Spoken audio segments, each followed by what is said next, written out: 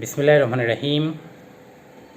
My dear friends, আজকে আমি আপনাদের জন্য আরও একটি সিগনিফিক্যান্ট অ্যাকাউন্টিং স্ট্যান্ডার্ড কভার করার চেষ্টা করছি, that is IAS 21, the effect of changes in foreign exchange rates.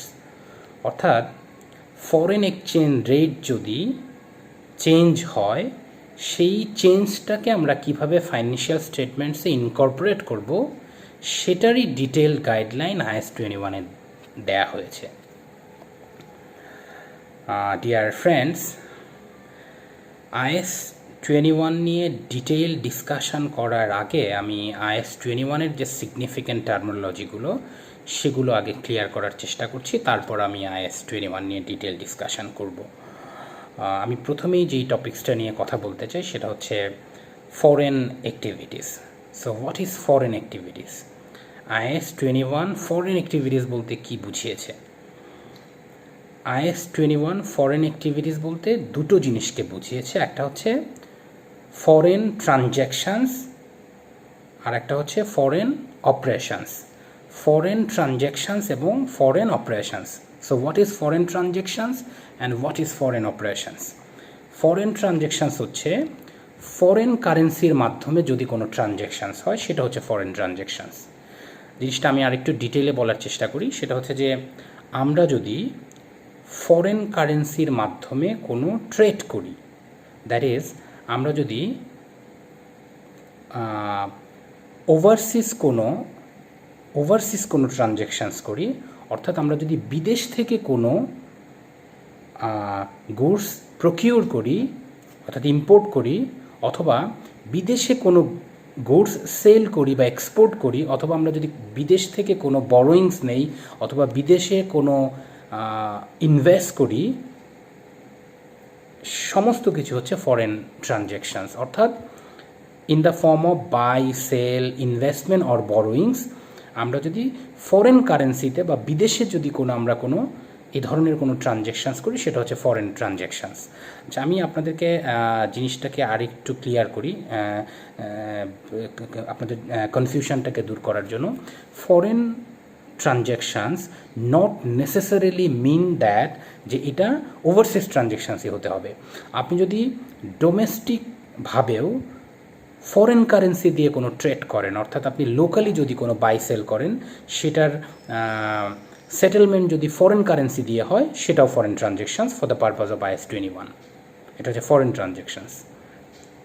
এরপর হচ্ছে foreign operations. What is foreign operations? Foreign operation হচ্ছে ডোমেস্টিক কোনো কোম্পানির অর্থাৎ লোকাল কোনো কোম্পানির যদি ওভারসিজ অপারেশনস থাকে, সেটা হচ্ছে তার ফরেন অপারেশনস। অর্থাৎ বাংলাদেশি কোনো কোম্পানির যদি বিদেশে অপারেশনস থাকে in the form of subsidiary, joint venture, associate or branch, সেটা হচ্ছে বাংলাদেশি কোম্পানির ফরেন অপারেশনস। সো আমি যেটা বলছিলাম যে IAS 21 এই যে ফরেন কারেন্সি ট্রানজ্যাকশানসটা হচ্ছে, সেই ফরেন কারেন্সি ট্রানজ্যাকশানসটা কীভাবে তার ফাইন্যান্সিয়াল স্টেটমেন্টসে ইনকর্পোরেট করবে, সেটার গাইডলাইন দিয়েছে, অ্যাজ ওয়েল অ্যাজ ফরেন অপারেশনসের যে ফাইন্যান্সিয়াল রেজাল্টস, সেই ফাইন্যান্সিয়াল রেজাল্টসটা ডোমেস্টিক প্যারেন্ট কোম্পানির ফাইন্যান্সিয়াল স্টেটমেন্টসে কীভাবে ইনকর্পোরেট করবে, সেটার গাইডলাইনও IAS 21 দিয়েছে। সেটা নিয়ে আমরা ডিটেল ডিসকাশন করব। এরপর হচ্ছে যেটা আমরা বুঝবো, সেটা হচ্ছে functional currency. What is functional currency? Functional currency হচ্ছে, সহজভাবে যদি আমরা বলি, সেটা হচ্ছে যে কোম্পানি, কোনো অর্গানাইজেশান যেই দেশে অপারেট করছে, সেই দেশের প্রাইমারি ইকোনমিক এনভায়রনমেন্টে যে কারেন্সিটা ইউজ হচ্ছে, সেটা হচ্ছে তার ফাংশনাল কারেন্সি। অর্থাৎ বাংলাদেশে রেজিস্টার্ড কোনো কোম্পানি যেটা বাংলাদেশে অপারেশন করছে, সেইটার ফাংশনাল কারেন্সিটা কী হবে? বাংলাদেশের প্রাইমারি ইকোনমিক এনভায়রনমেন্টে ইউজড কারেন্সি হচ্ছে বাংলাদেশি টাকা, বিডিটি। সো বাংলাদেশে অপারেট করছে বাংলাদেশের রেজিস্টার্ড কোম্পানি, সেইটার ফাংশনাল কারেন্সি হচ্ছে বিডিটি। আমি জিনিসটাকে আরেকটু ডিটেলে ব্যাখ্যা করি। সেটা হচ্ছে যে কোনো অর্গানাইজেশনের সেলস প্রাইস অথবা cost of sales, that is direct material, labor or other cost. Sales price as well as cost price determination-এ যেই প্রাইসটা অথবা যেই কারেন্সিটা ইনফ্লুয়েন্স করে, সেলস প্রাইস কোনো অর্গানাইজেশনের সেলস প্রাইস অথবা কস্ট প্রাইস ডিটারমিনেশনে যেই কারেন্সিটা ইনফ্লুয়েন্স করে সেটা হচ্ছে তার ফাংশনাল কারেন্সি, অথবা যেই কারেন্সিতে ইউজুয়ালি কোনো অর্গানাইজেশন তার বরোয়িংসটা নেয় সেটা হচ্ছে তার functional currency. Then what about foreign currency? Foreign currency other than the functional currency, অর্থাৎ যেই ফরেন কারেন্সিতে আমরা ট্রেড করব সেটা হচ্ছে তার ফরেন কারেন্সি। ফর এক্সাম্পল, আমরা যদি ইউএস ডলার দিয়ে ট্রেড করি সেই ক্ষেত্রে আমার ইউএস ডলার ফরেন কারেন্সি, যদি আমরা ইউরো দিয়ে করি ইউরো, আর যদি আমরা জিবিপি দিয়ে করি সেক্ষেত্রে গ্রেট ব্রিটেন পাউন্ড হচ্ছে আমার functional currency. Foreign currency, functional currency.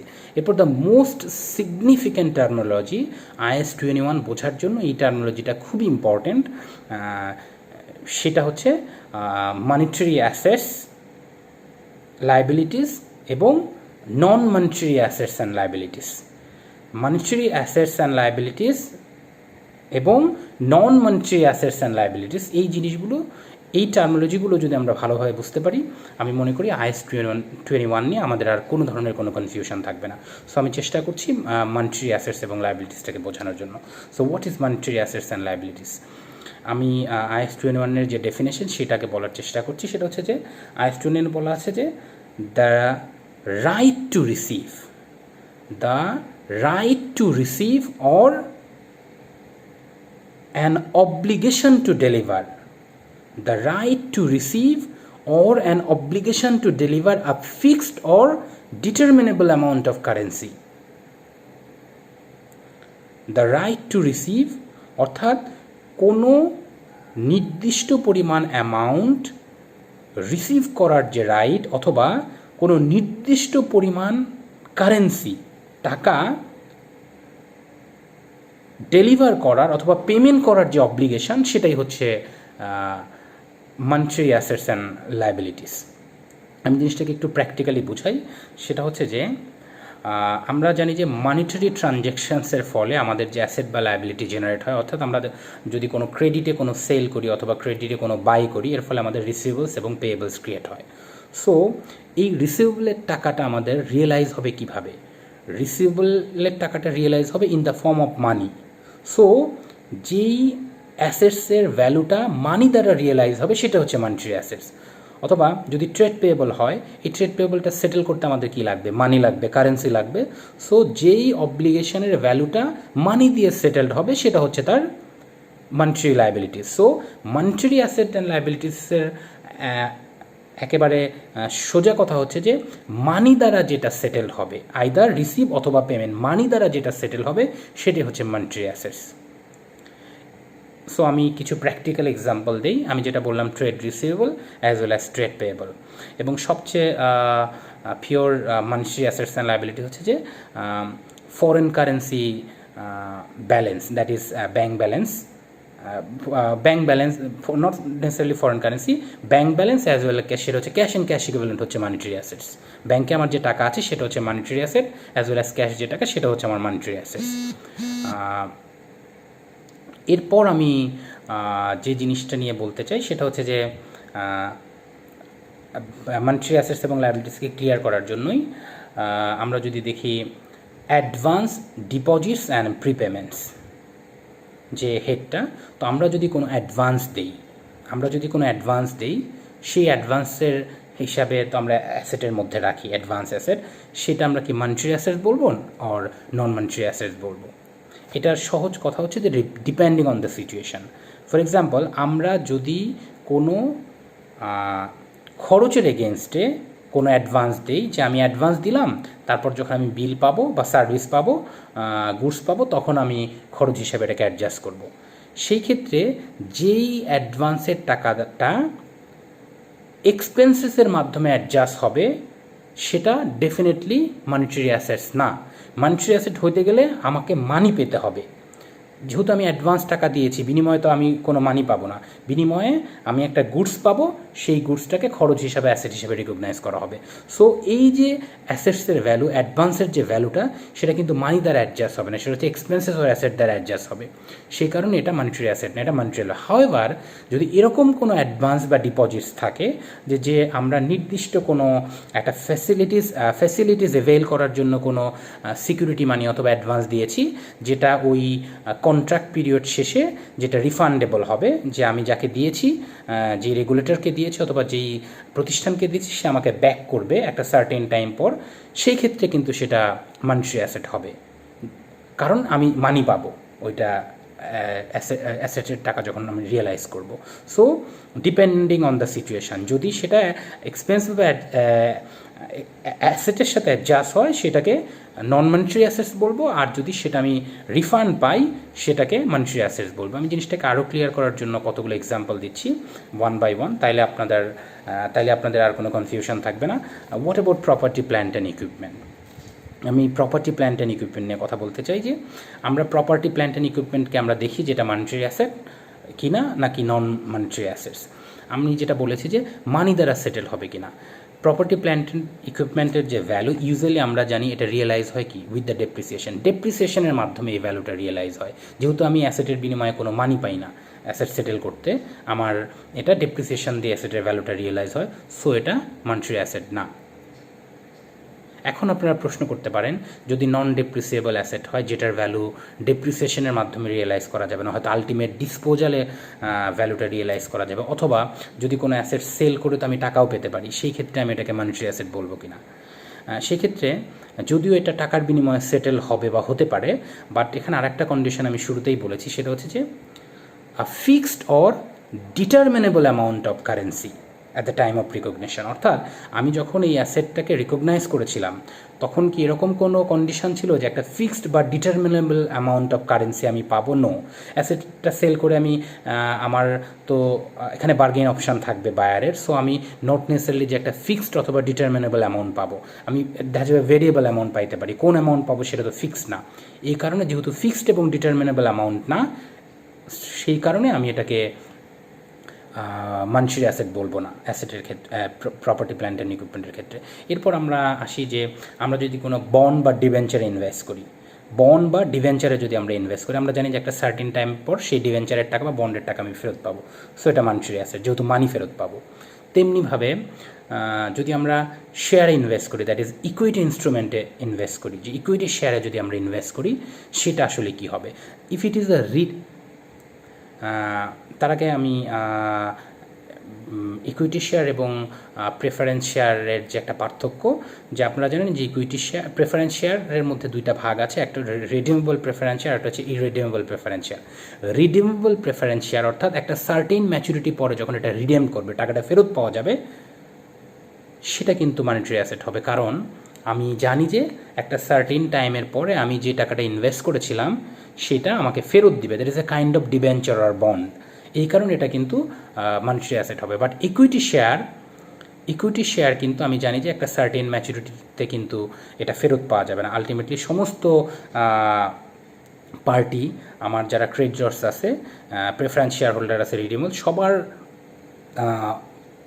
ডিমান্ডটাকে settle করার পরেই কিন্তু সেই টাকাটা পাওয়া যাবে। সেই কারণে এটা মানিটারি অ্যাসেট না, এটাকে নন মানিটারি অ্যাসেট। এখন অনেকেই আপনারা বলতে পারেন যে যদি আমি সেকেন্ডারি মার্কেটে ইনভেস্ট করি, এই যে অ্যাসেটের ভ্যালু, এটা তো রেডিলি কনভার্টেবল ইন্টু ক্যাশ, আমি যখন ইচ্ছা তখন সেল করতে পারবো। যদি সেরকমই বাস্তবতা হয়, সেই ক্ষেত্রে আমরা এটাকে মানিটারি অ্যাসেট বলবো কিনা?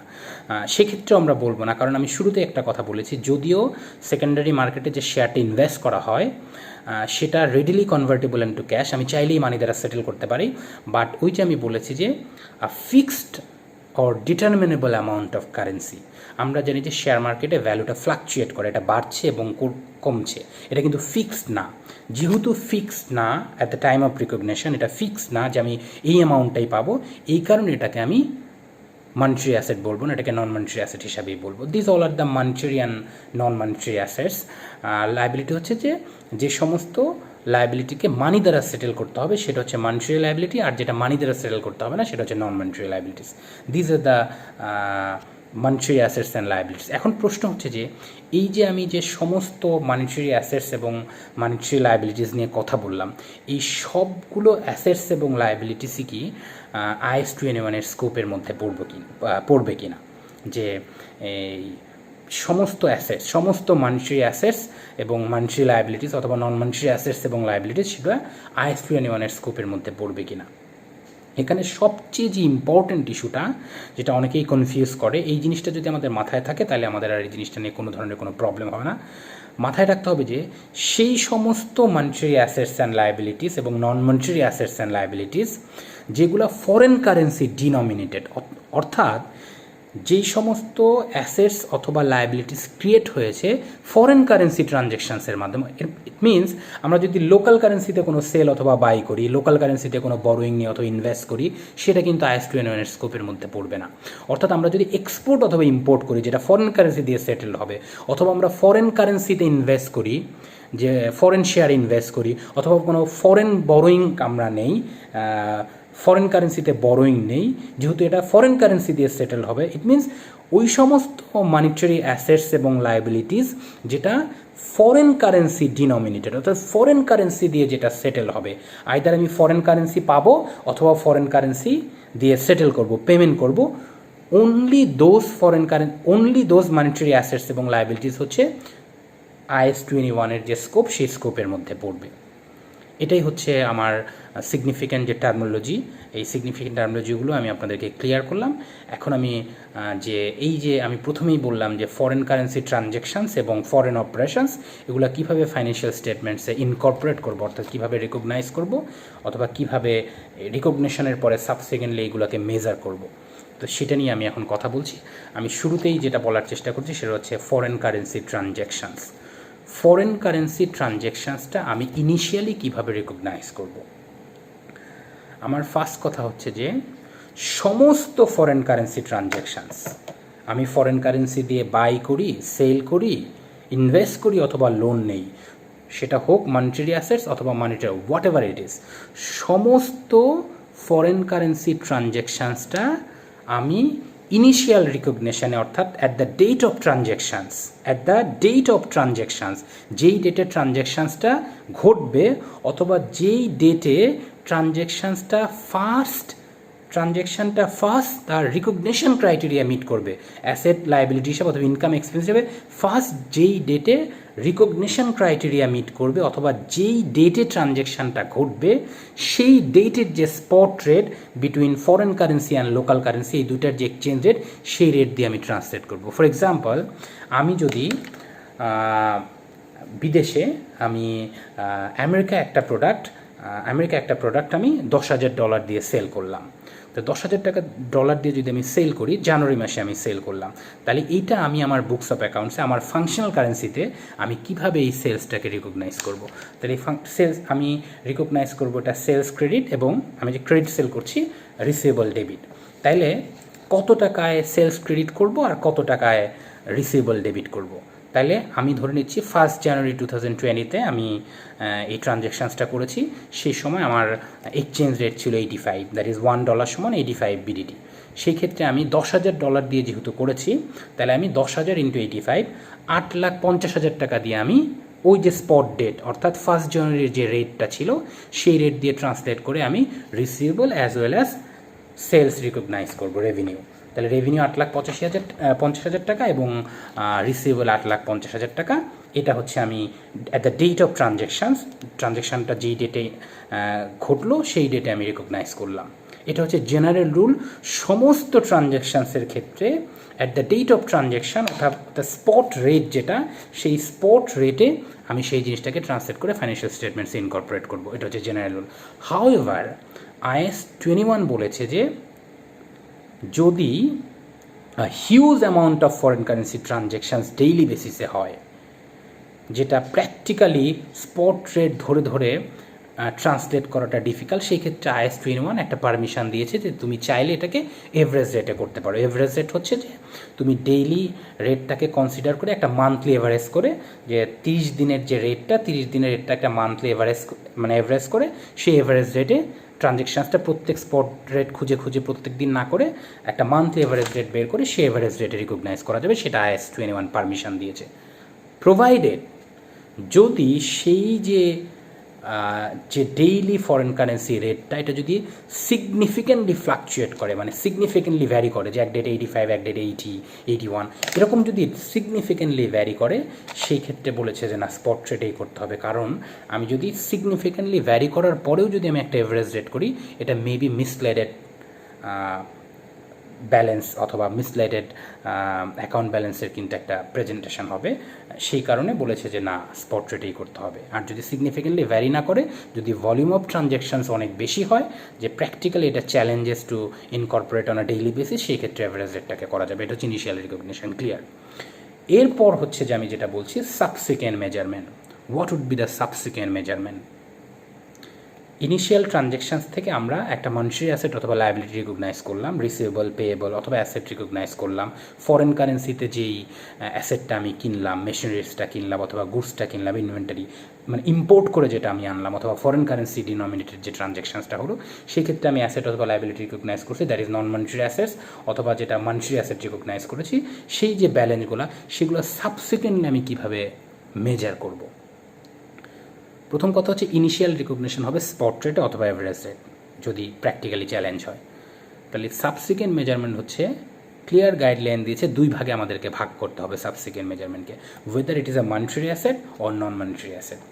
যদি মনিটারি অ্যাসেটস হয় অথবা মনিটারি লাইবিলিটিস হয়, সেই ক্ষেত্রে অলওয়েজ বলেছে ক্লোজ রেটে, মানে ক্লোজিং রেটে। ক্লোজিং রেট মিনস হচ্ছে যে পিরিয়ড এন্ড ডেটের যে rate, for example period end যদি 30 জুন হয় অথবা 31 ডিসেম্বর হয়, সমস্ত মনিটারি অ্যাসেটস এবং লাইবিলিটিসের ক্ষেত্রে রিপোর্টিং ডেটে, দ্যাট ইজ ব্যালেন্স শিট ডেটে, যে এক্সচেঞ্জ রেটটা আছে, অর্থাৎ 31 ডিসেম্বর বা 30 জুনে যে এক্সচেঞ্জ রেটটা আছে, সেই রেট দিয়ে ট্রান্সলেট করতে হবে। অতএব আমি যদি ধরে নেই যে আমি 1 অগাস্টে একটা ট্রানজ্যাকশানস করেছিলাম, সেই ট্রানজ্যাকশানস থেকে আমি রেভিনিউ এবং রিসিভেবল রিকগনাইজ করেছিলাম, তখন 85 রেট ছিল। তো 85 ধরে তো আমি রিসিভেবল রিকগনাইজ করেছি, 10,000 টাকা, 8,50,000 টাকা রিসিভেবল রিকগনাইজ করেছি। এখন আমি দেখলাম যে না, 31 ডিসেম্বরের রেটটা আমার 80 হয়েছে, তখন আমি কীভাবে করবো? তখন কিন্তু আমার রিসিভেবলে রাইট ডাউন করতে হবে 8 লাখে। কারণ 80 করে যদি 31 ডিসেম্বরের রেট হয়, রিসিভেবল কমিয়ে আমাদের 8 লাখ টাকায় আনতে হবে, 50,000 টাকা লস রিকগনাইজ করতে হবে প্রফিট অ্যান্ড লসে। যদি 90 হয়, সেক্ষেত্রে আমাদের রিসিভেবলের ভ্যালু বাড়াতে হবে, 9 লাখ টাকা করতে হবে, 50,000 টাকা প্রফিট অ্যান্ড লসে আমার গেইন হিসেবে রিকগনাইজ করতে হবে। সমস্ত মনিটারি অ্যাসেটস এবং লাইবিলিটিসের জন্য এটাই রুলস হচ্ছে, ক্লোজিং রেটে ইয়ার এন্ড ডেট অথবা ব্যালেন্স শিট ডেট অথবা ক্লোজিং ডেট অথবা পিরিয়ড এন্ড ডেটে, যেই ডেটে আমি ফাইন্যান্সিয়াল স্টেটমেন্ট প্রিপেয়ার করছি, সেই ডেটের যে স্পট রেট, সেই রেট ক্লোজিং ডেটটাই হচ্ছে আমার এই মনিটারি অ্যাসেটস এবং লায়াবিলিটিসের জন্য কনসিডার করতে হবে, এবং এটা দিয়ে ট্রান্সলেট করে ফাইন্যান্সিয়াল স্টেটমেন্ট ইনকর্পোরেট করে গেইন অথবা লস রিকগনাইজ করতে হবে। ইনিশিয়ালি আমি একটা ভ্যালুতে রিকগনাইজ করেছিলাম, এখন রিপোর্টিং ডেটে একটা যখন রেট দিয়ে আমি চিন্তা করব, তখন কিন্তু একটা এক্সচেঞ্জ ডিফারেন্স ক্রিয়েট হবে, সেই এক্সচেঞ্জ ডিফারেন্সটা আমরা অলওয়েজ প্রফিট অ্যান্ড লসে চার্জ করবো। এটা হচ্ছে monetary asset. What about the non monetary asset? Non monetary assets এবং লায়াবিলিটিসের ক্ষেত্রে সেটা কীভাবে আমরা রিকগনাইজ করবো? আমরা বলেছি মনিটারি অ্যাসেটসের ক্ষেত্রে ক্লোজিং ডেট দিয়ে। What about non monetary asset?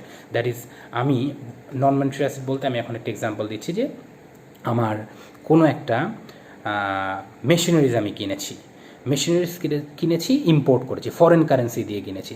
তো যখন আমি মেশিনারিটা ফরেন কারেন্সি দিয়ে কিনেছি, তখন আমি 10,000 টাকা দিয়ে একটা মেশিনারি কিনেছি, $10,000 দিয়ে কিনেছি। তো $10,000 দিয়ে যখন আমি কিনেছি, তখন মেশিনারি কিন্তু আমি 8.5 লাখ টাকায় 8,50,000 টাকায় মেশিনারি ডেবিট করেছি, এবং যদি আমি ক্যাশে কিনে থাকি, তো আমার ব্যাংক থেকে টাকা চলে গেছে, 8,50,000 টাকা কিন্তু চলে গেছে, কিন্তু আমার মেশিনারির ভ্যালু কিন্তু 8,50,000 টাকা ব্যালেন্স শিটে ক্যারি করছে।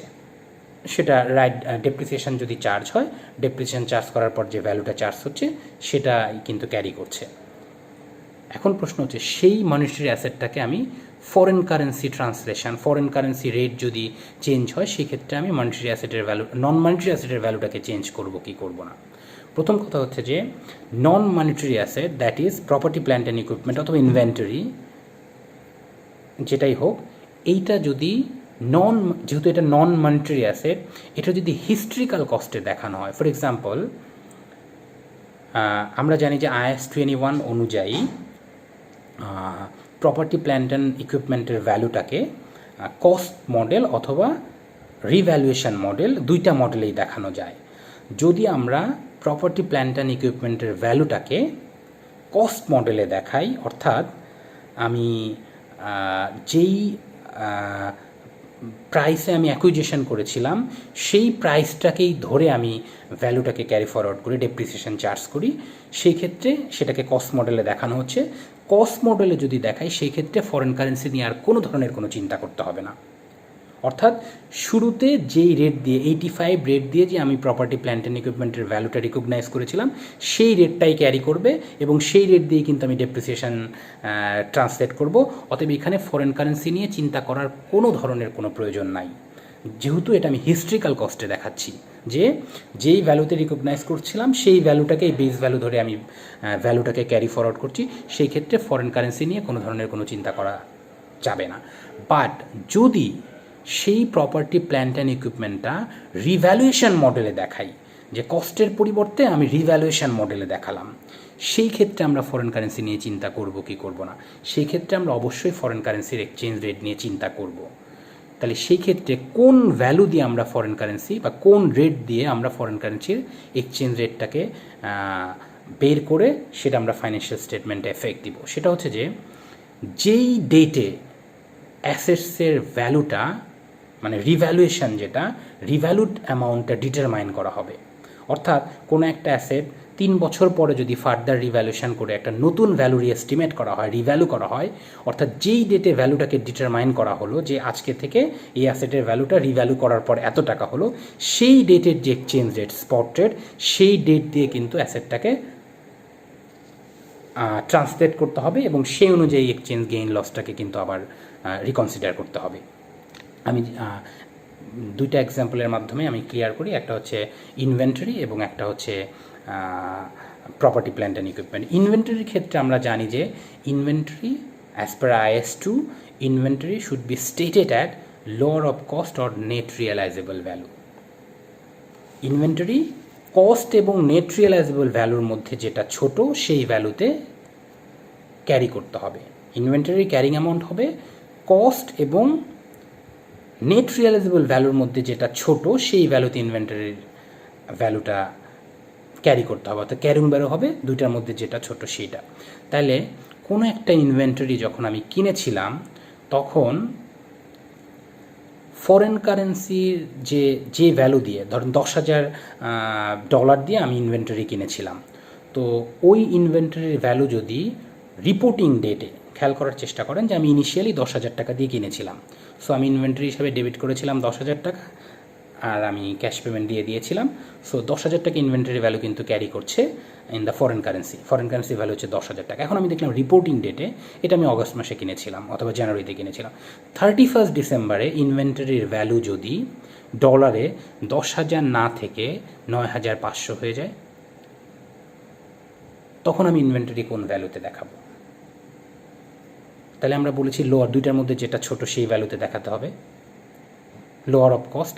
তাহলে এই যে আমার ইনভেন্টরিটা ভ্যালুটা কমলো নেট রিয়েলাইজেবল ভ্যালু, তাহলে কিন্তু ক্যারিং ভ্যালুটা রাইট ডাউন করতে হবে নেট রিয়েলাইজেবল ভ্যালুতে, এটা আমরা জানি। এখন এইটা ফরেন কারেন্সির ক্ষেত্রে ফাংশনাল কারেন্সিতে আমরা কীভাবে ইনকর্পোরেট করব সেটা আমি আপনাদেরকে পরিষ্কারভাবে একটা ধারণা দিচ্ছি। লেটস গিভ অ্যান এক্সাম্পল, যে আমি 10,000 টাকা দিয়ে একটা ইনভেন্টরি কিনেছি, 10,000 টাকা দিয়ে ইনভেন্টরি কিনেছি অগস্ট মাসে। অগস্টের 1 তারিখে আমি 10,000 টাকা দিয়ে ইনভেন্টরি কিনেছি, সেই ডেটে আমার ফরেন এক্সচেঞ্জ রেট ছিল 85। তাহলে আমি আমার ফাংশনাল কারেন্সিতে ইনভেন্টরি ভ্যালু রিকগনাইজ করেছি 8,50,000। 8,50,000 টাকা দিয়ে আমি ইনভেন্টরি ভ্যালু রিকগনাইজ করেছি। এখন ধরেন আপনার 31 ডিসেম্বরে ফরেন কারেন্সিতে ইনভেন্টরির ভ্যালুটা 10 লাখের জায়গায় হয়েছে 10,000 টাকা ছিল ইউএস ডলার ভ্যালু, যেটা আমি এখন 8,50,000 টাকা রিকগনাইজ করেছি 85 করে, সেটা $10,000 জায়গায় $10,200 হয়েছে 31 ডিসেম্বরে। সেই ইনভেন্টরির ভ্যালু মানে মার্কেট এভিডেন্স যেটা বলছে যে এর নেট রিয়ালাইজেবল ভ্যালু হচ্ছে 10,200 টাকা। তাইলে এখন আমি কোনো ধরনের রাইট ডাউন করব কি করব না? আমি বলেছি ইনভেন্টরি শুরুতে আমি কিনেছিলাম $10,000 দিয়ে, সেই অনুযায়ী আমি আমার ইনভেন্টরির ভ্যালু বুকস অফ অ্যাকাউন্টসে দেখিয়েছি 8,50,000 টাকা। এখন যদি 31 ডিসেম্বরে মার্কেট ইভিডেন্স এটা বলে যে ডলারে নেট রিয়ালাইজেবল ভ্যালু ওই ইনভেন্টরির হচ্ছে $10,200, তাহলে কি আমি আর রাইট ডাউন করবো? কারণ কস্ট প্রাইজের থেকে তো নেট রিয়ালাইজেবল ভ্যালু বেশি। 10,000 ছিল আমার কস্ট, আর এখন হয়েছে 10,200, তাহলে কি আমি করবো রাইট ডাউন?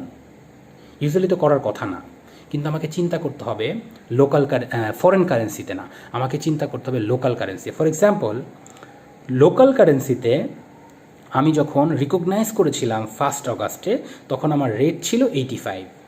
তাহলে 85 রেট থাকার কারণে আমি কিন্তু রিকগনাইজ করেছিলাম 8,50,000 ইনভেন্টরি। এখন যদি 31 ডিসেম্বরে লোকাল কারেন্সির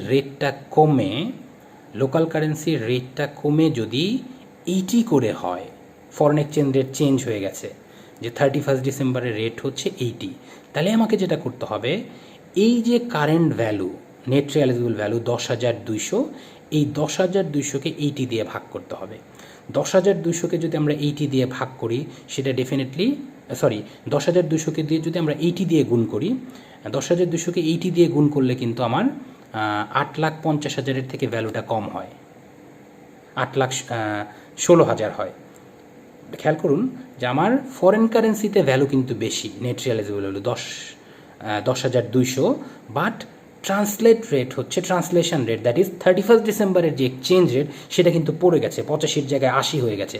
তাহলে 10,200কে যদি আমি 80 দিয়ে গুণ করি, তখন কিন্তু আমার 8,16,000 হয়, ওয়্যারঅ্যাজ আমার ভ্যালু ক্যারি করতেছে ব্যালেন্স শিটে 8,50,000। ফরেন কারেন্সিতে কিন্তু রাইট ডাউন হয় নাই, 10,000-এর জায়গায় উল্টা 10,200 হয়েছে। বাট লোকাল কারেন্সিতে যখন আমি কনভার্ট করছি, তখন ইনভেন্টরির ভ্যালু কিন্তু 8,50,000 জায়গায় 8,16,000 হয়ে যাচ্ছে। এর মানে আমাকে রাইট ডাউন করতে হবে। এই যে ফরেন কারেন্সির যে এক্সচেঞ্জ রেটের কারণে যে ডিফারেন্সটা হলো, এই 16,000 আর 50,000, 8,16,000, 8,00,000, এটা কিন্তু আমার ফরেন কারেন্সি লস হিসাবে চার্জ করতে হবে। এটাই বলেছে যে নেট রিয়ালাইজেবল ভ্যালু এবং ক্যারিং অ্যামাউন্ট আমাকে ফরেন কারেন্সি কনসিডারেশনে নিয়ে লোকাল কারেন্সিতে কনভার্ট করে তারপরেই আমার গ্যাপটা চিন্তা করতে হবে, carrying amount versus net realisable value. Then আমাকে এটা অ্যাড্রেস করতে হবে নন মনিটারি অ্যাসেটের ক্ষেত্রে, ইনভেন্টরির ক্ষেত্রে। তেমনিভাবে আমি আর একটা এক্সাম্পল দিই, সেটা হচ্ছে ফিক্সড অ্যাসেটের ক্ষেত্রে আমি সেম কথা, যে আমি 10,000 টাকা দিয়ে একটা নন ডেপ্রিসিয়েবল অ্যাসেট কিনেছিলাম, 10,000 টাকাতে একটা নন ডেপ্রিসিয়েবল ফিক্সড অ্যাসেট কিনেছিলাম, সেটা আমি 85 রেটে 8,50,000 টাকা রিকগনাইজ করেছি। এখন যদি 31 ডিসেম্বরে আমার কোনো ইম্পেয়ারমেন্ট হয়, অর্থাৎ 31 ডিসেম্বরে আমার মার্কেট এভিডেন্স বলছে যে এই 10,000 টাকার যে ফরেন কারেন্সি ডিনোমিনেটেড যে প্রপার্টি প্ল্যান্ট অ্যান্ড ইকুইপমেন্ট, সেটার এখন মার্কেট ভ্যালু আমি পাবো সর্বোচ্চ 8,500 টাকা। মার্কেট ভ্যালু পাবো 9,800 টাকা। আমার কিন্তু ছিল 10,000 টাকা, এখন বলতেছে রিকাভার করা যাবে, রিকাভারেবল অ্যামাউন্ট হবে সর্বোচ্চ 9,800 টাকা। এর মানে ফরেন কারেন্সিতে ভ্যালু ছিল আমার ইনিশিয়াল ভ্যালু 10,000, ওয়ারাস 31 ডিসেম্বরে সেটা রিকাভারেবল অ্যামাউন্ট হচ্ছে 9,800 টাকা, তাহলে 200 টাকা কম। তো স্বাভাবিকভাবেই মনে হবে যে আমি এটা ইম্পেয়ার করব, তাহলে ইম্পেয়ারমেন্টটা কিন্তু লস হিসেবে চার্জ করব। বাট যদি ব্যাপারটা এরকম হয় যে আমার ওই 1 অগস্টে যখন আমি কিনেছিলাম, তখন ফরেন কারেন্সি রেট ছিল 85, যে কারণে আমি ফিক্সড অ্যাসেট রিকগনাইজ করেছিলাম 8,50,000 টাকা। আর এখন 10,000 টাকার জায়গায় 9,800 টাকা হয়েছে। বাট যদি ফরেন এক্সচেঞ্জ রেট 85-এর কাছে 90 হয়ে যায়, বাড়ে, তাহলে 90 ইন্টু 9,800, সেই ক্ষেত্রে কিন্তু 8,50,000 টাকার থেকে বেশি হচ্ছে রিকাভারেবল অ্যামাউন্ট। সেক্ষেত্রে আমরা জানি ইম্পেয়ারমেন্ট কখন হবে, যদি ক্যারিং অ্যামাউন্ট যদি রিকাভারেবল অ্যামাউন্ট থেকে কোনো কারণে কমে যায় সেই ক্ষেত্রে সেটা হবে। কিন্তু এখানে যেহেতু রেট বেড়ে গেছে 90, ওয়ারাস ডলার কমে গেছে 9,800, কিন্তু রেট বেড়ে যাওয়ার ফলে কিন্তু লোকাল কারেন্সিতে কিন্তু আমার এটা ইম্পেয়ার হয় নাই। এই কারণে আমি কিন্তু সেই আগের ভ্যালুতেই দেখাবো 8,50,000, কারণ আমার রিকাভারেবল অ্যামাউন্ট কিন্তু লোকাল কারেন্সিতে অনেক বেশি। সো যখন এই ধরনের কোনো ঘটনা ঘটবে নন মনিটারি অ্যাসেটের ক্ষেত্রে, যদি কোনো ইম্পেয়ারমেন্ট হয়, নন মনিটারি অ্যাসেটের ক্ষেত্রে যদি কোনো ইম্পেয়ারমেন্ট হয়, যদি কোনো নেট রিয়েলাইজেবল ভ্যালুর কারণে রাইট ডাউন করতে হয়, যদি ফেয়ার ভ্যালু রিএস্টিমেট করার কারণে অথবা ফেয়ার ভ্যালু ডিটারমিনেশনের কারণে যেই দিন নতুন করে ফেয়ার ভ্যালু ডিটারমাইন হবে, সেই ডেটের যে এক্সচেঞ্জ রেট, সেই এক্সচেঞ্জ রেটটা কিন্তু নন মনিটারি অ্যাসেটের ক্ষেত্রে ফরেন কারেন্সি এক্সচেঞ্জ রেট হিসাবে এটাকে চিন্তা করতে হবে এবং অ্যাকর্ডিংলি আমার ফাইন্যান্সিয়াল স্টেটমেন্টে এই লস এবং গেইনটাকে ইনকর্পোরেট করতে হবে। এটা হচ্ছে নন মনিটারি অ্যাসেট। এবার আমি সবচেয়ে যে সিগনিফিক্যান্ট নন মনিটারি অ্যাসেট, যেটা আমরা প্র্যাকটিক্যালি যেই প্রবলেমটা সবচেয়ে বেশি ফেস করি, সেই প্রবলেমটা নিয়ে আমি আপনাদের সাথে এখন কথা বলার চেষ্টা করবো। সেটা হচ্ছে ফাইন্যান্সিয়াল অ্যাসেট। এবং আমি what I have been tested in my advanced level exam corporate reporting আমি যে বছর পাশ করি, আমার মনে আছে যে এরকম একটা প্রবলেম কর্পোরেট রিপোর্টিংয়ে টেস্ট করানো হয়েছিল। আমি সেই জায়গা থেকে আপনাদেরকে বোঝানোর চেষ্টা করি। সেটা আমি যখন পরীক্ষা দিয়েছিলাম, আই থিঙ্ক আমারও একটু কনফিউশন ছিল, পরবর্তীতে এটা আমার ক্লিয়ার হয়েছে। সেটা আমি আপনাদেরকে বলার চেষ্টা করি। সেটা হচ্ছে financial asset. What is the financial asset? আমরা জেনারেলি ধরে নিচ্ছি ডিসকাশনের জন্য যে আমি যদি কোনো বন্ড ইনভেস্ট করি, ডিবেঞ্চার ইনভেস্ট করি, এটা একটা আমার ফাইন্যান্সিয়াল অ্যাসেটস। এবং আমি যদি কোনো শেয়ার মার্কেট ইনভেস্ট করি, ইকুইটি ইনস্ট্রুমেন্টে আমি যদি ইনভেস্ট করি, সেটা আমার একটা ফাইন্যান্সিয়াল অ্যাসেট। সেই ফাইন্যান্সিয়াল অ্যাসেটগুলো আমার ফরেন এক্সচেঞ্জ গেইন লস ডিটারমিনেশনে কীভাবে এফেক্ট করবে, সেটাই আমি আপনাদেরকে এখন বোঝানোর চেষ্টা করছি। আমি এটাকে দুই ভাগে ভাগ করব। ফাইন্যান্সিয়াল অ্যাসেটটাকে আমি দুই ভাগে ভাগ করব। অ্যামোটাইজ কস্ট, ফাইন্যান্সিয়াল অ্যাসেটসটাকে আমি দুই ভাগে ভাগ করব। Financial asset is to be measured either at amortise cost or at fair value. Financial assets আমরা জানি আইদার অ্যামোটাইজ কস্টে মেজার করা হবে অথবা ফেয়ার ভ্যালুতে মেজার করা হবে।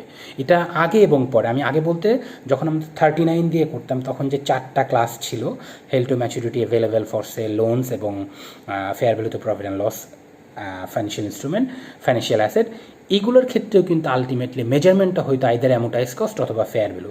এখন যে IFRS 9-এর যে নতুন ক্লাসিফিকেশান, সেখানেও কিন্তু যেহেতু নতুন ক্লাসিফিকেশানে যে আমরা 3টা ক্লাস আমরা দেখছি, amortise cost, fair value through other comprehensive income অথবা fair value through profit and loss, এই 3টা ক্লাসের মেজারমেন্টের ক্ষেত্রে কিন্তু এখানে ক্লাসিফিকেশান এবং মেজারমেন্টটা IFRS 9-এ সিমালটেনিয়াসলি হচ্ছে। যেভাবে ক্লাসিফাই হচ্ছে ঠিক একইভাবে মেজার করা হচ্ছে। এর মানে হচ্ছে আমার ক্লাসিফিকেশান হচ্ছে fair value to profit and loss, এটা fair value to profit and loss দিয়ে মেজার হচ্ছে। ক্লাসিফাইড করা হচ্ছে fair value through other comprehensive income, so এটা মেজারও করা হচ্ছে fair value through other comprehensive income দিয়ে। এটা ক্লাসিফাই করা হচ্ছে অ্যামোটাইজ কস্ট অ্যাসেট, সো এটাকে মেজারও করা হচ্ছে অ্যামোটাইজ কস্ট অ্যাসেট দিয়ে। সো IFRS 9 এবং প্রিভিয়াস যে 39, সব ক্ষেত্রেই কিন্তু ফাইন্যান্সিয়াল অ্যাসেটের ভ্যালুটাকে মেজার করা হচ্ছে অ্যামোটাইজ কস্ট অথবা ফেয়ার ভ্যালু দিয়ে। তাহলে এই যে ফাইন্যান্সিয়াল অ্যাসেটের ক্ষেত্রে আমরা ফরেন এক্সচেঞ্জ গেইন লসটাকে আসলে কীভাবে ফাইন্যান্সিয়াল স্টেটমেন্টসে ইনকর্পোরেট করবো, অর্থাৎ ফরেন এক্সচেঞ্জ গেইন লস যদি আমরা চেঞ্জ হয়, সেটা আমি কীভাবে রিকগনাইজ করব। আমার ফার্স্ট কথা হচ্ছে যে কোনো অ্যাসেটের বেলায় আমি বলেছি যে ইনিশিয়ালি রিকগনিশন হবে স্পট রেটে। সমস্ত অ্যাসেট লায়াবিলিটির ক্ষেত্রে যে ইনিশিয়াল রিকগনিশনটা usually at spot rate. So আমরা জানি ফাইন্যান্সিয়াল অ্যাসেট ইনিশিয়াল রিকগনিশনটা কিন্তু ফেয়ার ভ্যালুতে হয়। অর্থাৎ ফাইন্যান্সিয়াল অ্যাসেটের যে ইনিশিয়াল ফেয়ার ভ্যালু, সেইটা ট্রানজ্যাকশান ডেটের যে রেটটা, সেই স্পট রেট দিয়ে ট্রান্সলেট করে আমি ফাইন্যান্সিয়াল স্টেটমেন্টে ফাইন্যান্সিয়াল অ্যাসেট হিসেবে রিকগনাইজ করব। সেটা হোক বন্ড অথবা হোক সেটা ইকুইটি ইনস্ট্রুমেন্ট, সব ক্ষেত্রে আমি স্পট রেট দিয়ে সেটা ট্রান্সলেট করব। এখন প্রশ্ন হচ্ছে যে ইনিশিয়াল রিকগনিশনটা তো আমি বুঝলাম, what would be the subsequent measurement for financial asset? আমি আগেই বলেছি আমাকে দুইটা ভাগে ভাগ করতে হবে। একটা ভাগ হচ্ছে অ্যামোটাইজ কস্ট আর একটা ভাগ হচ্ছে ফেয়ার ভ্যালু। তাহলে অ্যামোটাইজ কস্টের ক্ষেত্রে কিভাবে আমি এক্সচেঞ্জ রেটটাকে এফেক্ট দেব, আর ফেয়ার ভ্যালুর ক্ষেত্রে আমি কিভাবে এফেক্ট দেব। আমার প্রথম প্রশ্ন হচ্ছে যে যখন আমি ফেয়ার ভ্যালু দিয়ে চিন্তা করব কোনো অ্যাসেট, যে সমস্ত অ্যাসেটগুলোকে ফেয়ার ভ্যালু দিয়ে মেজার করতে হবে, সেক্ষেত্রে always as closing rate. Reporting ডেটের যে রেট অর্থাৎ ফাইন্যান্সিয়াল স্টেটমেন্ট যে ইনিশিয়ালি একটা ডেটে রিকগনিশন করা হয়েছে, সেই ফাইন্যান্সিয়াল স্টেটমেন্টের যে ব্যালেন্সটা, সেই ব্যালেন্সটা আউটস্ট্যান্ডিং আছে রিপোর্টিং ডেটে, যে আউটস্ট্যান্ডিং ভ্যালুটা আছে যে অ্যাসেট এবং লায়াবিলিটি ক্যারি করছে, সেই ভ্যালুটাকে যদি ফেয়ার ভ্যালু দিয়ে যে সমস্ত অ্যাসেটটাকে আমি মেজার করি ফাইন্যান্সিয়াল অ্যাসেট, সেটার ক্ষেত্রে অলওয়েজ ক্লোজিং ডেটে দিতে হবে, ট্রান্সলেট করতে হবে রিপোর্টিং ডেটে। আর যদি কোনো অ্যাসেট অ্যামোটাইজ কস্টে যদি আমরা করি, সেই ক্ষেত্রে সেটাকে দুইটা কন্ডিশনের উপর বেস করে আসলে চিন্তা করতে হবে যে এটাকে আমি ক্লোজিং রেট দিয়ে করব নাকি আমি হিস্ট্রিক্যাল রেট দিয়ে করব। সেম বেসিক প্রিন্সিপাল যেটা আমি আগে বলেছিলাম, যদি সেই ফাইন্যান্সিয়াল অ্যাসেটসটা মানিটারি অ্যাসেটস হয়, মানিটারি অ্যাসেট হলে সেটাকে আমি ক্লোজিং রেট দিয়ে করব। অর্থাৎ বন্ড যদি হয়, ডিবেঞ্চার যদি হয় ফাইন্যান্সিয়াল অ্যাসেট, সেক্ষেত্রে কিন্তু আমি ক্লোজিং রেট দিয়ে করব। আর যদি নন মানিটারি অ্যাসেটস হয় ফাইন্যান্সিয়াল অ্যাসেট, এবং সেটা যদি ফেয়ার ভ্যালুতে না দেখিয়ে হিস্ট্রিক্যাল কস্টে দেখানো হয় কোনো কারণে, সেটা অ্যাকুইজিশন রেটের যে রেট, সেই রেট দিয়ে আমরা দেখাবো। কিন্তু আমরা জানি যে রিসিভেবল ছাড়া এখন সমস্ত ফাইন্যান্সিয়াল অ্যাসেটসই কিন্তু ফেয়ার ভ্যালুতে দেখাতে হবে। যদি আগে ছিল যে অ্যাভেলেবেল ফর সেল অ্যাসেট, যেটা মার্কেটে অ্যাভেলেবেল না, সেটা আমরা ওই ভ্যালুটাকেই ফেয়ার ভ্যালু চিন্তা করতে পারি। বাট এখন IFRS 9-এর যে নতুন গাইডলাইন, সেখানে বলা হয়েছে যে রিসিভেবলটাকে আমরা ইনভয়েস প্রাইসে করব। সেই ক্ষেত্রে আমরা রিসিভেবলটা হিস্ট্রিক্যাল কস্টে হতে, যেহেতু এটা আবার মানিটারি অ্যাসেট, সো এটা কিন্তু অলওয়েজ ক্লোজিং ডেটেই করতে হবে। বাট ইকুইটি ইনস্ট্রুমেন্ট অথবা অন্যান্য ফাইন্যান্সিয়াল যে অ্যাসেটস ইকুইটি ইনস্ট্রুমেন্ট যেটা, সেটা কিন্তু অলওয়েজ যেহেতু ফেয়ার ভ্যালু দিয়েই করতে হবে। অতএব আমার পরিষ্কার বক্তব্য হচ্ছে যে ক্লোজিং রেট যেটা ফেয়ার ভ্যালু দিয়ে যাবে, সেটা অলওয়েজ ক্লোজিং রেট, এবং যেটা অ্যামোটাইজ কস্টে যেটা হবে, সেটা depending on the instrument, either closing rate or historical rate, but usually এটা ক্লোজিং রেট দিয়েই সেটা যাবে। বাট এখন প্রশ্ন হচ্ছে যে এই যে ফাইন্যান্সিয়াল অ্যাসেটের কথা আমি বললাম, এই ফাইন্যান্সিয়াল অ্যাসেটের ভ্যালুটা, এক্সচেঞ্জ যে ডিফারেন্সটা ফাইন্যান্সিয়াল অ্যাসেট থেকে অ্যারাইজ করবে, সেটা আমি কোথায় রিকগনাইজ করবো? এটাকে আমি প্রফিট অ্যান্ড লসে রিকগনাইজ করবো অথবা আদার কম্প্রিহেনসিভ ইনকামে রিকগনাইজ করবো? সেটা হচ্ছে মোস্ট সিগনিফিকেন্ট। আমি আবারও বলার চেষ্টা করি যে আমরা আগে যেটা, যখন IAS 39 ছিল, সেখানে বলা ছিল যে fair value through profit and loss দিয়ে যে সমস্ত ফাইন্যান্সিয়াল অ্যাসেটগুলোকে মেজার করতে হবে, সেই সমস্ত ক্ষেত্রে ফরেন এক্সচেঞ্জ গেইন লসও যেটা অ্যারাইজ করবে, সেটা কিন্তু প্রফিট অ্যান্ড লস দিয়েই যাবে। সেম ফর IFRS 9, যেই সমস্ত financial assets fair value through profit and loss দিয়ে চিন্তা করতে হবে, যেই সমস্ত ফাইন্যান্সিয়াল অ্যাসেটের ফেয়ার ভ্যালু চেঞ্জেসটা প্রফিট অ্যান্ড লস দিয়ে আমরা রিকগনাইজ করব, সেইটার করসপন্ডেন্ট যে ফরেন এক্সচেঞ্জ গেইন লস আছে, সেটাও কিন্তু আমরা প্রফিট অ্যান্ড লস দিয়ে চিন্তা করব। অর্থাৎ fair value through profit and loss related যে সমস্ত অ্যাসেটস, সেগুলো আমরা এক্সচেঞ্জ ডিফারেন্সটাও ফরেন এক্সচেঞ্জ গেইন লসটাকে আমরা প্রফিট অ্যান্ড লস দিয়ে চিন্তা করব। বাট অ্যামোটাইজ কস্টের ক্ষেত্রে আমি বলেছি যেটা fair value through profit and loss দিয়ে যায়, সেটা প্রফিট অ্যান্ড লস দিয়ে এক্সচেঞ্জ লসটা যাবে। অ্যামোটাইজ কস্টের ক্ষেত্রেও প্রফিট অ্যান্ড লস দিয়েই যাবে এক্সচেঞ্জ ডিফারেন্স। যে সমস্ত ফাইন্যান্সিয়াল অ্যাসেট অ্যামোটাইজ কস্টে রিকগনাইজ করা হচ্ছে, যে সমস্ত বন্ড বা ডিবেঞ্চার যেটা আমরাকে অ্যামোটাইজ কস্ট দিয়ে আমরা চিন্তা করছি IFRS 9 অনুযায়ী, সেগুলোও কিন্তু এক্সচেঞ্জ ডিফারেন্সটা প্রফিট অ্যান্ড লস দিয়ে যাবে। অ্যামোটাইজ কস্ট ক্লাসিফিকেশনের যে সমস্ত ফাইন্যান্সিয়াল অ্যাসেট, সেটার সাথে রিলেভেন্ট যে foreign currency exchange gain loss, সেটা প্রফিট অ্যান্ড লস দিয়ে যাবে। Fair value through profit and loss দিয়ে যে সমস্ত ফাইন্যান্সিয়াল ইনস্ট্রুমেন্টটাকে চিন্তা করতে হয়, সেটার রিলেটেড যে ফরেন এক্সচেঞ্জ গেইন লস, সেটাও প্রফিট অ্যান্ড লস দিয়ে যাবে। হাউএভার ফাইন্যান্সিয়াল অ্যাসেট যেগুলোকে fair value through other comprehensive income দিয়ে যাবে, মানে প্রফিট অ্যান্ড লস দিয়ে যাবে না, যেটা আদার কম্প্রিহেন্সিভ ইনকাম দিয়ে যাবে, সেইটার রিকগনিশন ক্রাইটেরিয়া হচ্ছে মোস্ট কমপ্লিকেটেড। আপনারা আমার এই জায়গাটা একটু কনসেন্ট্রেশন দিয়ে বুঝতে চেষ্টা করেন যে fair value through profit and loss দিয়ে যেই ফাইন্যান্সিয়াল অ্যাসেটটাকে মেজার করা হবে, অথবা যেটার ফেয়ার ভ্যালু গেইন লসটাকে প্রফিট অ্যান্ড লস দিয়ে না গিয়ে আদার কম্প্রিহেন্সিভ ইনকাম দিয়ে এই ফেয়ার ভ্যালু গেইন লসটাকে আমরা রিকগনাইজ করব, সেইটার রিলেটেড যে ফরেন এক্সচেঞ্জ গেইন লস, সেটা নিয়ে দুই ধরনের গাইডলাইনটা আছে। শুধুমাত্র আদার অ্যামোটাইজ কস্টের ক্ষেত্রে প্রফিট অ্যান্ড লস, ফেয়ার ভ্যালুতে প্রফিট অ্যান্ড লসের ক্ষেত্রে profit and loss, but other comprehensive ইনকামের ক্ষেত্রে পার্শিয়াল হচ্ছে প্রফিট অ্যান্ড লস, পার্শিয়াল হচ্ছে other comprehensive income. Let me give an example, দুইটা এক্সাম্পল। যেটা আগে IAS 39-এ ছিল, IAS 39-এ একটা ক্লাস ছিল available for sale. Available for sale financial অ্যাসেটের যে ফরেন ফেয়ার ভ্যালু চেঞ্জেসটা, এটা কিন্তু আদার কম্প্রিহেন্সিভ ইনকামে যেত। সেটা যদি এভেলেবেল ফর ফাইন্যান্সিয়াল অ্যাসেট যদি মানিটারি হতো, সেটার ফেয়ার ভ্যালু গেইন লসটা আদার কম্প্রিহেন্সিভ ইনকামে যেত, but foreign exchange gain loss যেটা ওই কম্পোনেন্টটা, সেটাকে কিন্তু প্রফিট অ্যান্ড লসে দেখাতে হতো।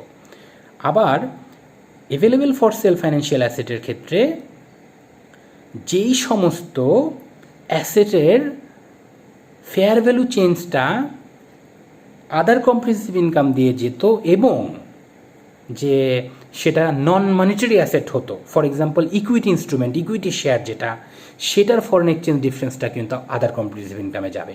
মানে ডিবেঞ্চার হলে, মানে মনিটারি অ্যাসেট যদি হতো available for sell, monetary asset যদি হতো, সেটা ফরেন এক্সচেঞ্জটুকু যেত প্রফিট অ্যান্ড লসে, আর ফেয়ার ভ্যালু গেইন লসটুকু যেত আদার কম্প্রিহেন্সিভ ইনকামে।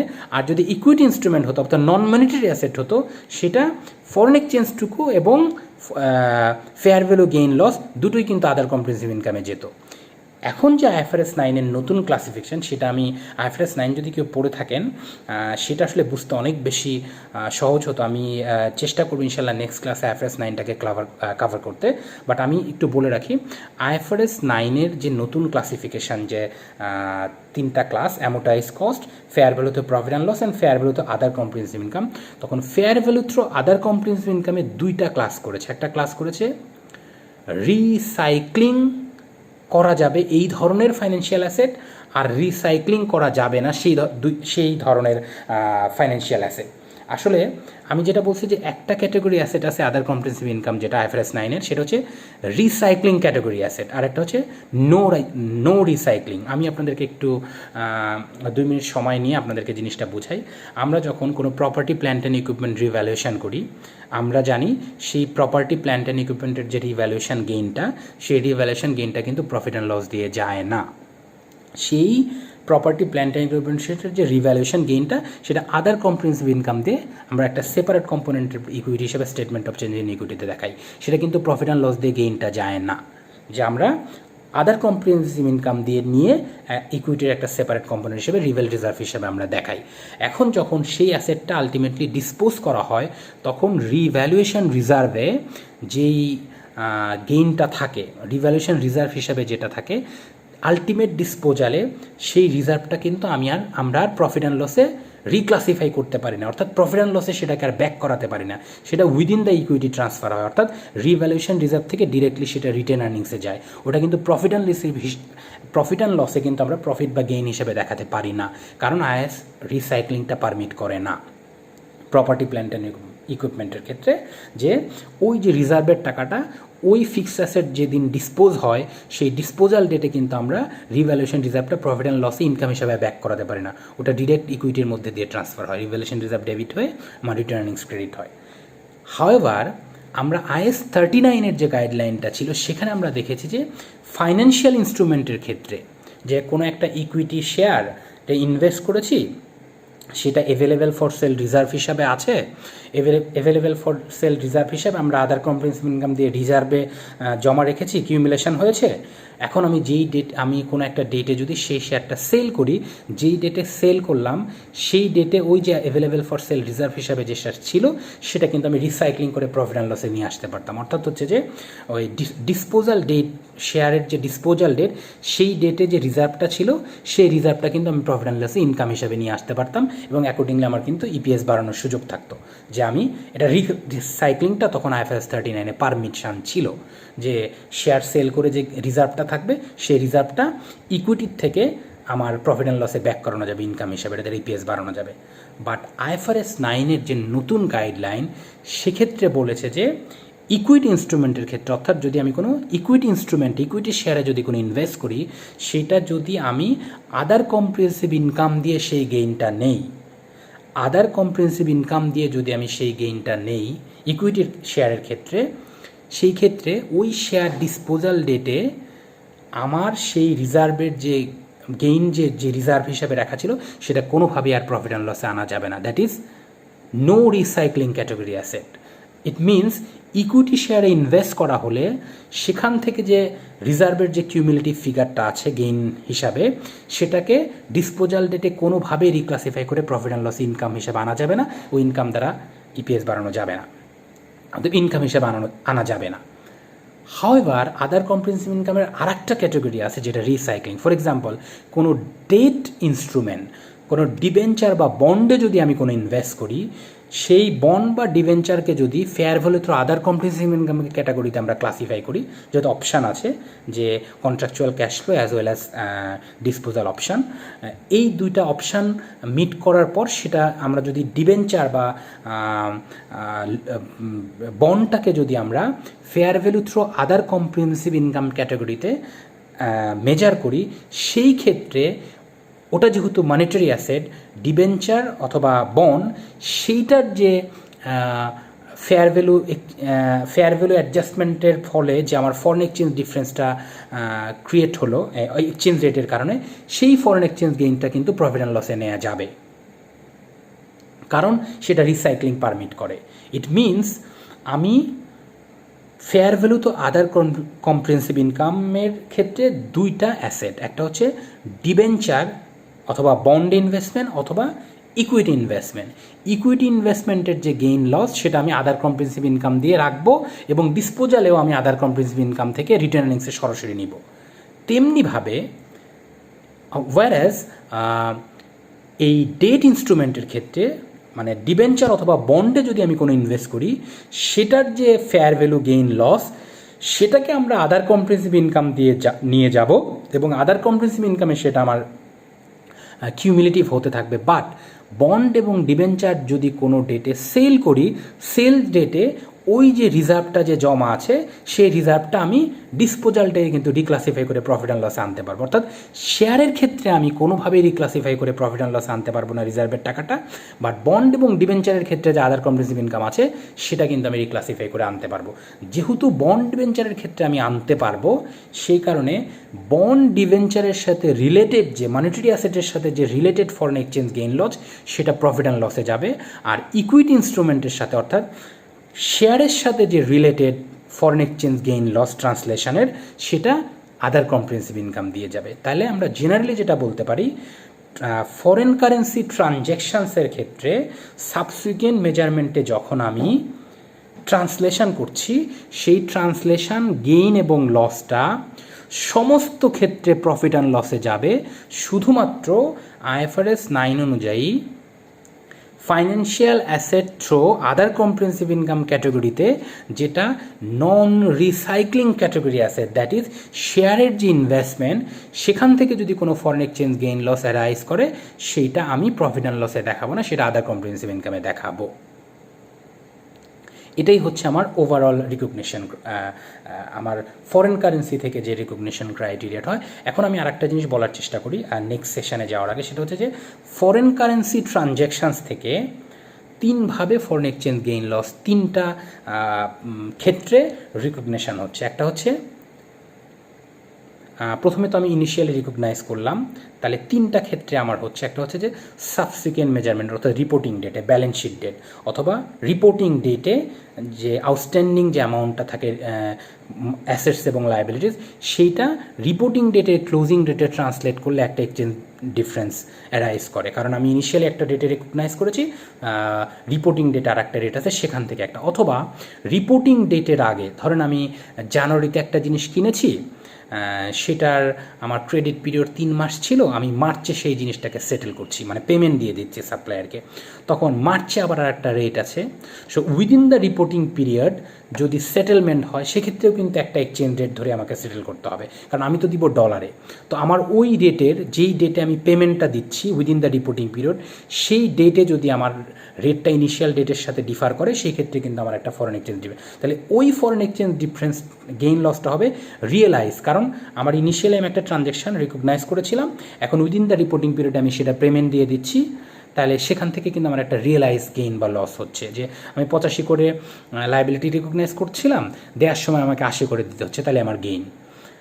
এটা একটা সিনারিও যে রিপোর্টিং ডেটের মধ্যে এটা একটা গেইন লস রিকগনাইজ হচ্ছে। আর একটা হচ্ছে আমি যেটা বললাম, রিপোর্টিং ডেটে যে ফেয়ার ভ্যালু মানে ট্রান্সলেশনের যে অ্যাডজাস্টমেন্টটা দিচ্ছি, সেটা একটা রেট। আর হচ্ছে যে কোনো নেট রিয়েলাইজেবল ভ্যালু ডিটারমিনেশন ডেটে, অথবা রিভ্যালুয়েশন ডেটে, অথবা ইম্পেয়ারমেন্ট রিকগনিশন ডেটে এই যে আমার একটা রাইট ডাউন অথবা রিভ্যালুড ফিগার রিকগনাইজ করার কারণে, অথবা ইম্পেয়ারমেন্টের ভ্যালু রিকগনাইজ করার কারণে ফরেন কারেন্সিতে যে গ্যাপটা ক্রিয়েট হচ্ছে ফরেন এক্সচেঞ্জ ডিফারেন্স, সেটা আমি রিকগনাইজ করব। সব ক্ষেত্রেই profit and loss only fair value through other comprehensive income, যেটা IFRS 9 অথবা IAS 39-এর যে আগে available for sale non monetary asset, সেটার ক্ষেত্রে শুধুমাত্র আমরা ইকুইটি দিয়ে এটাকে চিন্তা করব। এটাই হচ্ছে আমার ফরেন কারেন্সি ট্রানজ্যাকশনস। এরপর আমি একটু কথা বলবো, সেটা হচ্ছে ফরেন কারেন্সি ট্রান্সলেশন নিয়ে। What is foreign currency translation? আমরা খুব সহজভাবে বুঝবো। আমরা ফাংশনাল কারেন্সিতে ফাইন্যান্সিয়াল স্টেটমেন্টস বানাই, অর্থাৎ আমার বাংলাদেশি কোম্পানির জন্য আমার ফাংশনাল কারেন্সি বিডিটি দিয়ে আমি financial statements, balance sheet, income statement, সমস্ত স্টেটমেন্টস আমি বানাই। এখন যদি কোনো কারণে এই ফাইন্যান্সিয়াল স্টেটমেন্ট যেটা আমি ফাংশনাল কারেন্সিতে বানিয়েছি, সেটাকে কোনো কারণে প্রেজেন্টেশন কারেন্সিতে US ডলার অথবা ইউরো অথবা পাউন্ডে আমি যদি কোনো কারণে আমার এই ফাইন্যান্সিয়াল স্টেটমেন্টটাকে ট্রান্সলেট করতে, অথবা আমার ফরেন অপারেশনস আছে বিদেশে, US ডলার সাবসিডিয়ারি আছে, সেই US ডলার ডিনোমিনেটেড যে সাবসিডিয়ারিটা আছে, সেই US ডলারের যে সাবসিডিয়ারির যে US ডলার ফাইন্যান্সিয়াল স্টেটমেন্টসটা আছে, সেই ফাইন্যান্সিয়াল স্টেটমেন্টটা যদি আমি আমার প্যারেন্টের ফাইন্যান্সিয়াল স্টেটমেন্টস ইনকর্পোরেট করতে চাই, সেই ক্ষেত্রে আমি কিভাবে এই ফাইন্যান্সিয়াল স্টেটমেন্টটাকে ট্রান্সলেট করব, সেটার গাইডলাইন হচ্ছে আমার এখানে ট্রান্সলেশন। আগে যেটা বলেছিলাম ফরেন কারেন্সি ট্রানজ্যাকশন, আর হচ্ছে translation into presentation currency. Functional currency থেকে কীভাবে প্রেজেন্টেশন কারেন্সিতে ট্রান্সলেট করতে হয়, এটা আমি খুব সহজভাবে বলছি, খুব শর্টলি। সেটা হচ্ছে যে আমি যখন ফাইন্যান্সিয়াল স্টেটমেন্ট ট্রান্সলেট করব, আমার প্রিন্সিপাল হচ্ছে সমস্ত অ্যাসেটস এবং লায়াবিলিটিস আমি ক্লোজিং রেট দিয়ে ট্রান্সলেট করব। ইট মিনস আমার যদি কোনো US ডলার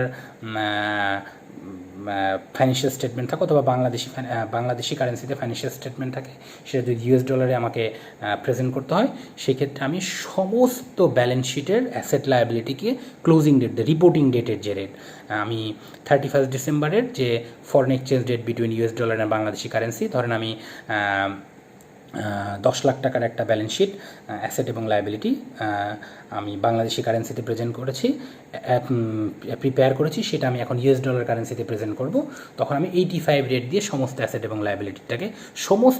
এবং লায়াবিলিটিটাকে আমি ক্লোজিং রেট দিয়ে, ব্যালেন্স শিট ডেটের রেট দিয়ে ট্রান্সলেট করব। What about the income statement item? সমস্ত ইনকাম স্টেটমেন্টের আইটেমটাকে, ব্যালেন্স শিট আইটেমটাকে আমি ক্লোজিং রেট দিয়ে করব। এটা কিন্তু ফাইন্যান্সিয়াল ট্রানজ্যাকশনসের ট্রান্সলেশন। এটা হচ্ছে টোটাল ফাইন্যান্সিয়াল স্টেটমেন্টসের যে রিট্রান্সলেশন, যেটা একটা কারেন্সিতে ফাইন্যান্সিয়াল স্টেটমেন্ট আছে, ডিফারেন্ট একটা কারেন্সিতে, প্রেজেন্টেশন কারেন্সিতে আমি ফাইন্যান্সিয়াল স্টেটমেন্টটাকে প্রেজেন্ট করবো। সেক্ষেত্রে অ্যাসেট লায়াবিলিটি ক্লোজিং রেট দিয়ে করব, আর ইনকাম স্টেটমেন্ট করব স্পট রেট, অর্থাৎ যেই ডেটে ট্রানজ্যাকশানস হয়েছিল সেই ট্রানজ্যাকশান রেটে। But it is so difficult, usually আমরা প্র্যাকটিসটা দেখি ইনকাম স্টেটমেন্টটা হচ্ছে এভারেজ ডেট, সারা বছরের যে এভারেজ একটা রেট, সেই এভারেজ রেট ধরে আমরা ইনকাম স্টেটমেন্টের ইনকাম এক্সপেন্সেস এবং প্রফিট লস আমরা ট্রান্সলেট করব। তাহলে যেটা দাঁড়ালো কনক্লুশন, অ্যাসেট লায়াবিলিটি আমি ট্রান্সলেট করব হচ্ছে ক্লোজিং রেট দিয়ে, ইনকাম স্টেটমেন্ট আমি ট্রান্সলেট করব এভারেজ রেট দিয়ে, এভারেজ রেট দিয়ে হচ্ছে আমি ইনকাম স্টেটমেন্ট ট্রান্সলেট করব, আর ব্যালেন্স শিট ট্রান্সলেট করব হচ্ছে আমি ক্লোজিং রেট দিয়ে। বলছে অ্যাসেট এবং লায়াবিলিটি, আর ইনকাম এক্সপেন্সেস এবং প্রফিট লস এগুলো করবো এভারেজ রেট দিয়ে। What about the equity? ইকুইটির ব্যাপারে আসলে কোনো গাইডলাইন, ব্যালেন্স শিটে কী থাকে? Asset, liability plus equity. তো ইকুইটির ব্যাপারে আসলে কোনো পরিষ্কার গাইডলাইন নাই, বাট প্রিন্সিপাল হচ্ছে যে ইকুইটিও আসলে ক্লোজিং রেটেই হওয়া উচিত, ক্লোজিং রেটেই হবে। বাট এখানে একটা মজার ব্যাপার আপনারা একটু খেয়াল করেন যে ট্রান্সলেশন থেকে আসলে কোথায় কীভাবে এক্সচেঞ্জ ডিফারেন্সটা অ্যারাইজ করে। ইউজুয়ালি আমার অ্যাসেট এবং লায়াবিলিটি ইকুইটি যদি আমি একটা রেটে ট্রান্সলেট করি, ধরেন আমার 5 লাখ টাকার অ্যাসেট আছে, ব্যালেন্স শিট 5 লাখ টাকার লায়াবিলিটি আর ইকুইটি মিলে আছে, আমি যদি একটা সিঙ্গেল রেট দিয়ে সব অ্যাসেট, লায়াবিলিটি এবং ইকুইটি ট্রান্সলেট করি, তাহলে তো কোনো ডিফারেন্স থাকবে না। 5 লাখ টাকা যদি আমি 10 লাখ টাকা যদি আমি 2 টাকা যদি আমার এক্সচেঞ্জ ডিফারেন্স হয়, ধরেন আমি কথার কথা ধরে নিচ্ছি যে US ডলার এবং বাংলাদেশের কারেন্সি রেট হচ্ছে 2 টাকা ডিফারেন্স, এক্সচেঞ্জ ডিফারেন্স। বাংলাদেশের 10 টাকার একটা ফাইন্যান্সিয়াল স্টেটমেন্টের অ্যাসেট আছে 10 লাখ, লায়াবিলিটি আছে 10 লাখ। তাহলে যখন US ডলারের সাথে 2 টাকা দিয়ে আমি ভাগ দিব, তাহলে US ডলারে অ্যাসেট হবে কত? 5 লাখ, লায়াবিলিটি হবে 5 লাখ। নর্মালি কিন্তু ডিফার করার কথা না। কেন ডিফারটা করছে সেটা একটু বোঝাচ্ছি। ইকুইটিটা নিয়েই হচ্ছে কনসার্ন। কারণ আপনারা দেখেন, আমি যখন প্রফিট অ্যান্ড লস বের করেছি, প্রফিট অ্যান্ড লসটা আসলে ট্রান্সলেট করেছি কোন রেট দিয়ে? ইনকাম এবং এক্সপেন্সেস ট্রান্সলেট করেছি কোন রেট দিয়ে? ইনকাম এবং এক্সপেন্সেস ট্রান্সলেট করেছি এভারেজ রেট দিয়ে। এভারেজ রেট দিয়ে ইনকাম এবং এক্সপেন্সেসটা ট্রান্সলেট করেছি। ওয়ারাস ব্যালেন্স শিটটাকে আমি ট্রান্সলেট করেছি বা করতে চাচ্ছি ক্লোজিং রেট দিয়ে। দুইটা রেটের মধ্যে কিন্তু ডিফারেন্স আছে। কারণ আমার যে ইকুইটির মধ্যে ইনক্লুডেড আছে কারেন্ট ইয়ারের প্রফিট, রিটেন আর্নিংস মানে কি? Opening written earnings plus current ইয়ারের প্রফিট। এখন কারেন্ট ইয়ারের প্রফিটটা তো আমি ট্রান্সলেট করেছি এভারেজ রেট দিয়ে, কারেন্ট ইয়ারের প্রফিটটা আমি ট্রান্সলেট করেছি এভারেজ রেট দিয়ে। ওয়ারাজ রিটেন আর্নিংসটাকে আমি ট্রান্সলেট করতে চাচ্ছি ক্লোজিং রেট দিয়ে, টোটাল রিটেন আর্নিংসটাকে। তাহলে কি মিলবে? কারণ আমি যদি পার্ট বাই পার্ট করি, যে ওপেনিং রিটেন আর্নিংস আমার বাংলাদেশি কারেন্সিতে এত আছে, এটাকে আমি US ডলারতে ট্রান্সলেট করলাম, এত হলো। বাট আমার যে প্রফিটটা, এই প্রফিটটা তো এভারেজ রেট দিয়ে করা। তাহলে যদি সেম ফিগারটা এখানে এনে US ডলারে লাইন বাই লাইন আমি যোগ করি, কারণ এটা এভারেজ রেট, ধরেন এভারেজ রেট ছিল হয়তো 1 টাকা 75 পয়সা আর ক্লোজিং রেট ছিল 2 টাকা, তাহলে রিটেন আর্নিংসের মধ্যে যে কারেন্ট প্রফিটটা ঢুকে আছে, সেটাকে দিয়ে তো আমি ইনকাম স্টেটমেন্টের যে প্রফিট শো করছে সেটা তো আমি এভারেজ রেটে করেছি। এখন ওই এক্সচেঞ্জের যে ভ্যালুটা, ট্রান্সলেটেড ভ্যালুটা, সেটা যদি আমি এনে রিটেন আর্নিংসের মধ্যে যোগ করে দেই ফরেন কারেন্সিতে, তাহলে তো মিলবে না, কারণ এটা 1 টাকা 75 পয়সায়, ওয়ারাস ক্লোজিং করতে হবে 2 টাকায়, তা আদারওয়াইজ তো ব্যালেন্স শিট মিলবে না। সেই ক্ষেত্রে অলওয়েজ আপনারা মাথায় রাখছেন যে আমার এখান থেকে একটা কিন্তু এক্সচেঞ্জ ডিফারেন্স তৈরি হচ্ছে, যে প্রফিট, কারেন্ট ইয়ারের যে প্রফিট, সেই প্রফিটটা করা হচ্ছে এভারেজ রেট অথবা কারেন্ট ইয়ারের, ওয়ারাস ব্যালেন্স শিট পারপাজে কিন্তু কারেন্ট ইয়ারের প্রফিটটাকেও করতে হবে ক্লোজিং রেট দিয়ে, আদারওয়াইজ তো আমার ব্যালেন্স শিট মিলবে না। তাহলে এই যে একটা এক্সচেঞ্জ ডিফারেন্স তৈরি হচ্ছে, যে কারেন্ট ইয়ারের যে প্রফিট, সেই প্রফিটটা এভারেজ রেটে করছি, এবং কারেন্ট ইয়ারের প্রফিটটা যখন রিটেন আর্নিংসের মধ্যে ইনক্লুডেড হয়ে যাচ্ছে, সেটা কিন্তু করতে হবে ক্লোজিং রেট। এই ক্লোজিং রেট আর এভারেজ রেটের যে পার্থক্য, সেখানে একটা ডিফারেন্স তৈরি হচ্ছে। তেমনিভাবে ওপেনিং রিটেন আর্নিংস, সেটা আমি ধরে নিচ্ছি যে শেয়ার ক্যাপিটাল অথবা ওপেনিং রিটেন আর্নিংস সব মিলে যে ইকুইটি, ওপেনিং যে ইকুইটিটা আছে শেয়ার ক্যাপিটাল এবং রিটেন আর্নিংস মিলে, সেটাও কিন্তু একটা রেট দিয়ে, ওপেনিংটাকে একটা রেট দিয়ে কিন্তু ট্রান্সলেট করা আছে। ওপেনিং যে ভ্যালুটা, সেটা কিন্তু লাস্ট ইয়ারের যে ব্যালেন্স শিট ডেট, সেই ব্যালেন্স শিট ডেট কিন্তু একটা রেট দিয়ে ট্রান্সলেট করা আছে। তাহলে এখন আমাকে কিন্তু ক্লোজিং রেট করতে হবে। তাহলে আমি কীভাবে ডিফারেন্সটা পাবো? শুরুতে আমার ওপেনিং ব্যালেন্সের যে রিটেইন আর্নিংস, ওপেনিং ব্যালেন্সের যে ইকুইটি, সেই ইকুইটি যে ভ্যালু দিয়ে ট্রান্সলেট করা ছিল, আর ক্লোজিং রেটের যে ভ্যালু দিয়ে আমি এখন ট্রান্সলেট করব, দুইটার মধ্যে যে ডিফারেন্সটা হবে সেটাই হচ্ছে এক্সচেঞ্জ ডিফারেন্স। তাহলে ওপেনিং ইকুইটি যেটা ওপেনিং এক্সচেঞ্জ রেট দিয়ে ট্রান্সলেট করা ছিল, এখন যে আমার যে ওপেনিং ইকুইটি যেটা ক্যারি ফরওয়ার্ড হবে এই বছরে, সেইটা যখন আমি এই কারেন্ট ইয়ারের ক্লোজিং রেট দিয়ে আমি এক্সচেঞ্জ করব, তখন দুইটার মধ্যে যে ডিফারেন্স হবে সেটাই হবে এক্সচেঞ্জ। তাহলে আমার যেটা ধারণা বক্তব্য হচ্ছে যে ওপেনিং ইকুইটি আমি ওপেনিং রেট দিয়ে করব, প্লাস ওপেনিং ইকুইটিকে ক্লোজিং রেট দিয়ে করার পর একটা এক্সচেঞ্জ ডিফারেন্স আসবে সেখান থেকে একটা। আর কারেন্ট ইয়ারের প্রফিট আমি ক্লোজিং রেট দিয়ে একবার করব, আর এভারেজ রেট দিয়ে যেহেতু করেছিলাম, সেই দুইটার মধ্যে যে ডিফারেন্স, এই সবগুলো মিলে হবে এক্সচেঞ্জ ডিফারেন্স। এই ফরেন এক্সচেঞ্জ ডিফারেন্সটা হচ্ছে সেপারেট কম্পোনেন্ট অফ ইকুইটি হিসাবে চিন্তা করতে হবে, এবং এটা আদার কম্প্রিহেনসিভ ইনকাম হিসাবে সেপারেট ইকুইটি হিসাবে থাকবে, এটা কোনোভাবেই প্রফিট অ্যান্ড লস। এই যে ফাইন্যান্সিয়াল স্টেটমেন্ট ট্রান্সলেশন করার ফলে যে একটা এক্সচেঞ্জ ডিফারেন্স আসলো কারেন্ট ইয়ারের প্রফিটের দুইটা রেটের কারণে, এবং ওপেনিং ইকুইটি দুইটা ডিফারেন্ট রেটের কারণে যে এক্সচেঞ্জ ডিফারেন্সটা আসলো, সেই এক্সচেঞ্জ ডিফারেন্সটা আমরা প্রফিট অ্যান্ড লসে রেকগনাইজ করব না, সেই এক্সচেঞ্জ ডিফারেন্সটা আমরা আদার কম্প্রিহেনসিভ ইনকামে রেকগনাইজ করব, এবং সেপারেট কম্পোনেন্ট অফ ইকুইটি হিসাবে ব্যালেন্স শিটে আমরা সেটা দেখাবো। সেম যখন আমরা কনসলিডেশন পারপাজে সাবসিডিয়ারির কোনো ফাইন্যান্সিয়াল স্টেটমেন্টকে কনসলিডেটেড ফাইন্যান্সিয়াল স্টেটমেন্টসে ইনকর্পোরেট করব, আমরা প্রথমে সাবসিডিয়ারির সেই ফাইন্যান্সিয়াল স্টেটমেন্টসটাকে এইভাবে ট্রান্সলেট করে নিব আগে ফাংশনাল কারেন্সিতে, প্রেজেন্টেশন কারেন্সিতে। যে আমার ইউএস ডলার সাবসিডিয়ারি ছিল, তো ইউএস ডলারের যে ফাংশনাল কারেন্সিতে যে ফাইন্যান্সিয়াল স্টেটমেন্টটা ছিল সেটাকে আমি বাংলাদেশি কারেন্সিতে আগে ট্রান্সলেশন করে নেব। দেন আমি ঠিক সেম রুলসে অ্যাসেট লায়াবিলিটি ক্লোজিং রেটে, ইনকাম স্টেটমেন্ট এভারেজ রেটে, এবং ইকুইটিটাকে ডিফারেন্ট রেটে, এভারেজ রেট এবং ক্লোজিং রেট এবং ওপেনিং রেট এবং ক্লোজিং রেট, এইভাবে ট্রান্সলেট করে যে এক্সচেঞ্জ ডিফারেন্সটা আসবে সেই এক্সচেঞ্জ ডিফারেন্সটাকে আমরা এই কারেন্সিতে যে ফাইন্যান্সিয়াল স্টেটমেন্টটা বানাবো সেখানে ইনকর্পোরেট করে দেন সেটা অনুযায়ী আমরা কনসিলেশন করব। এটা হচ্ছে জেনারেল রুলস। আর আমি আর একটু বলে রাখি, খুব ভেরি সিম্পল, যে আমি বলেছি কনসিলেশনের নিয়ম হচ্ছে যে প্রথমে ফাংশনাল কারেন্সিতে যে ফাইন্যান্সিয়াল স্টেটমেন্টসটা আছে সেটা আমি আগে প্রেজেন্টেশন কারেন্সিতে ট্রান্সলেট করে নিব, দেন আমি কনসলিডেশনের সমস্ত নিয়ম মেনে আমি এটাকে এলিমিনেশন করব। এলিমিনেশন করে ইন্টারগ্রুপ যে ট্রানজ্যাকশানস আছে সেগুলোকে এলিমিনেট করে যেভাবে IFRS 10 অনুযায়ী যেভাবে আমাদের কনসলিডেশন করতে হয় সেইভাবে কনসলিডেশন করব। সেক্ষেত্রে একটা ইম্পর্টেন্ট হচ্ছে গুডউইল। আমি খুব শর্টলি যেটা বলার চেষ্টা করি যে গুডউইলটা আমরা কীভাবে ক্যালকুলেশন করব ফরেন সাবসিডিয়ারির ক্ষেত্রে। ফরেন সাবসিডিয়ারির ক্ষেত্রে গুডউইলটা ক্যালকুলেশন করবো ভেরি সিম্পল। আমি আগে ফাংশনাল কারেন্সিতে, অর্থাৎ ফরেন কারেন্সির যে ফাইন্যান্সিয়াল সাবসিডিয়ারিটা ছিল, ওভারসিজ যে সাবসিডিয়ারি ছিল, সেইটাতে আমি আগে মানে ওই কারেন্সি ধরে, অর্থাৎ এই সাবসিডিয়ারির যে ফাংশনাল কারেন্সি, সেই ফাংশনাল কারেন্সি ধরে আমি আগে গুডউইলটা বের করে নিব। ফাংশনাল কারেন্সিতে আমি কনসিডারেশন আমি যেটা দিয়েছি এবং নেট অ্যাসেট, এই দুইটার যে গ্যাপটা, এই গ্যাপ দিয়ে আমি আগে গুডউইলটা বের করে নিব। দেন সেই গুডউইলটাকে আমি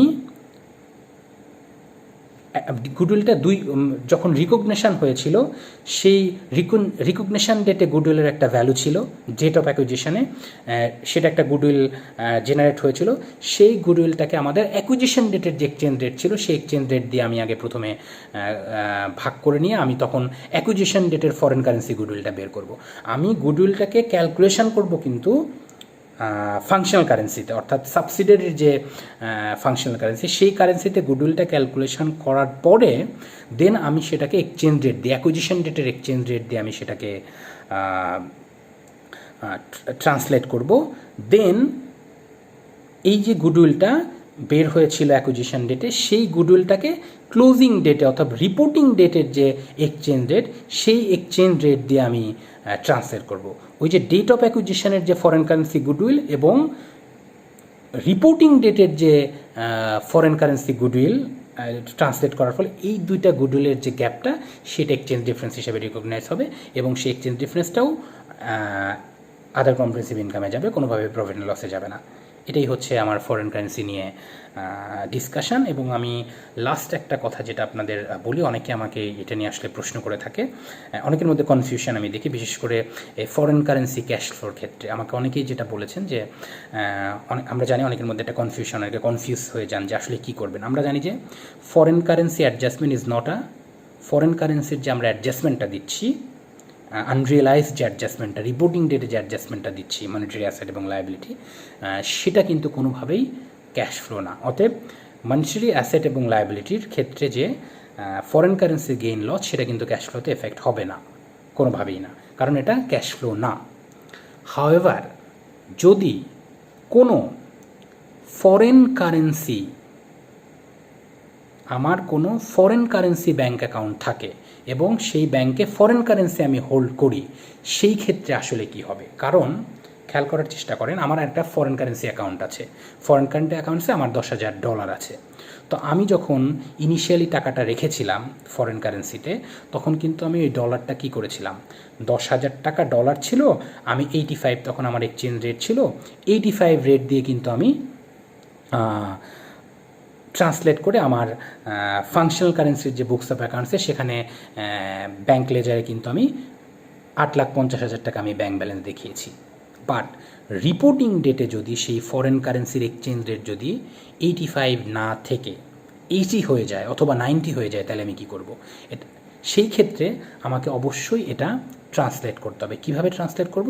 কারণ আমার 8 লাখ ছিল ফরেন কারেন্সিতে, 8.5 লাখ ছিল, 8,50,000 ছিল 85 করে 10,000 কারেন্সি। এখন যদি রেটটা 80 হয়ে যায়, তাহলে কিন্তু আমার ক্যাশ ব্যালেন্সটা, ব্যাংক ব্যালেন্সটা কিন্তু আমার আর 8.5 লাখ নাই, তখন 8 লাখ হয়ে গেছে। তখন আমি কিন্তু 80 দিয়ে ট্রান্সলেট করে আমার বুকস অফ অ্যাকাউন্টস কিন্তু আমি আপডেট করবো। তখন ক্যাশ ব্যালেন্সটা ব্যাংক লেজারে ব্যাংক ব্যালেন্সটা কিন্তু আমি 8 লাখ দেখাবো। এই যে 50,000 টাকা আমি ফরেন কারেন্সি রিজার্ভ থাকার কারণে এই যে 50,000 টাকা আমি রাইট ডাউন করলাম, আমার তো তাহলে ব্যাংক ব্যালেন্স মিলবে না। তখন আমাকে কী করতে হবে? ক্যাশ ফ্লো স্টেটমেন্টটা কিন্তু এটা ইনক্লুড করতে হবে। এখন এটাকে আমি ইনভেস্টিং অ্যাক্টিভিটিস হিসাবে আনবো, অপারেটিং অ্যাক্টিভিটিস হিসাবে আনবো, নাকি ফাইন্যান্সিং অ্যাক্টিভিটিস হিসাবে? IS7 যেটা বলা আছে যে এটাকে অপারেটিং, ইনভেস্টিং বা ফাইন্যান্সিং অ্যাক্টিভিটিস হিসেবে রাখা যাবে না। এই 3টা অ্যাক্টিভিটিসের বাইরে একটা নিচে নেট ইনক্রিজের আগে যেটা একটা সেপারেট আইটেম হিসেবে, যে foreign exchange gain loss arises from translation of cash and cash equivalent foreign currency, সেইটা একটা সেপারেট লাইনে গেইন এবং লসটাকে রিকগনাইজ করতে হবে। কোনোভাবে এটাকে ইনভেস্টিং, অপারেটিং বা ফাইন্যান্সিং হিসেবে দেখানো যাবে না। বাট এই ফরেন কারেন্সি থেকে ট্রান্সলেট করে সেই ট্রান্সলেশন গেইন লসটা যেটা হচ্ছে, সেটা ক্যাশ ফ্লোতে এফেক্ট দিয়ে আমার বুকস অফ অ্যাকাউন্টসের সাথে রিকনসাইল করতে হবে, আদারওয়াইজ তোমার ব্যাংক ব্যালেন্স মিলবে না। সেটাই ক্লিয়ার করলাম। I think that's it. আমি চেষ্টা করেছি আপনাদেরকে ফরেন কারেন্সি নিয়ে যে সমস্ত ফরেন এক্সচেঞ্জ রেটের যে চেঞ্জের কারণে ফাইন্যান্সিয়াল স্টেটমেন্টস কীভাবে এফেক্ট হয়, সেটা নিয়ে আমি আপনাদেরকে চেষ্টা করেছি ক্লিয়ার করার জন্য। বাট যেটা আমি প্র্যাকটিক্যালি প্রবলেম ফেস করছি শুরু থেকেই, যে আসলে যেহেতু এই ডিসকাশনগুলোর সাথে যদি আমি ম্যাথমেটিক্যাল কিছু প্রবলেম যদি অ্যাট দ্য সেম টাইমে সলভ করতে পারতাম, যেটা আপনাদের দেখাতে পারতাম, সেটা আমার মনে হয় আরও বেশি এফেক্টিভ হতো। বাট আনফর্চুনেটলি সেটা যেহেতু এভাবে সম্ভব হচ্ছে না, ভবিষ্যতে আমি যদি কখনো সেইভাবে লেকচার যেটা মনিটরে অথবা প্রজেক্টরে যদি সেভাবে কোনো প্রেজেন্টেশন দেওয়ার সুযোগ থাকে, তো ইন ফিউচারে আমি সেটাকে চিন্তা করব। বাট এখন এইভাবেই আপনাদের সন্তুষ্ট থাকতে হবে। তো আমি ইনশাল্লাহ চেষ্টা করব। আমাকে অনেকেই সবচেয়ে বেশি যে স্ট্যান্ডার্ডের জন্য আমাকে অনেকে রিকোয়েস্ট করেছেন ইদানিং, সেটা হচ্ছে IFRS 9 ফাইন্যান্সিয়াল ইনস্ট্রুমেন্ট। তো আমি চেষ্টা করব ইনশাল্লাহ নেক্সট সেশনে আমি নেক্সট আমার ভিডিওতে IFRS 9টাকে কভার করার জন্য। তো আপনারা আমার জন্য দোয়া করবেন, ভালো থাকবেন, best of luck, thank you very much.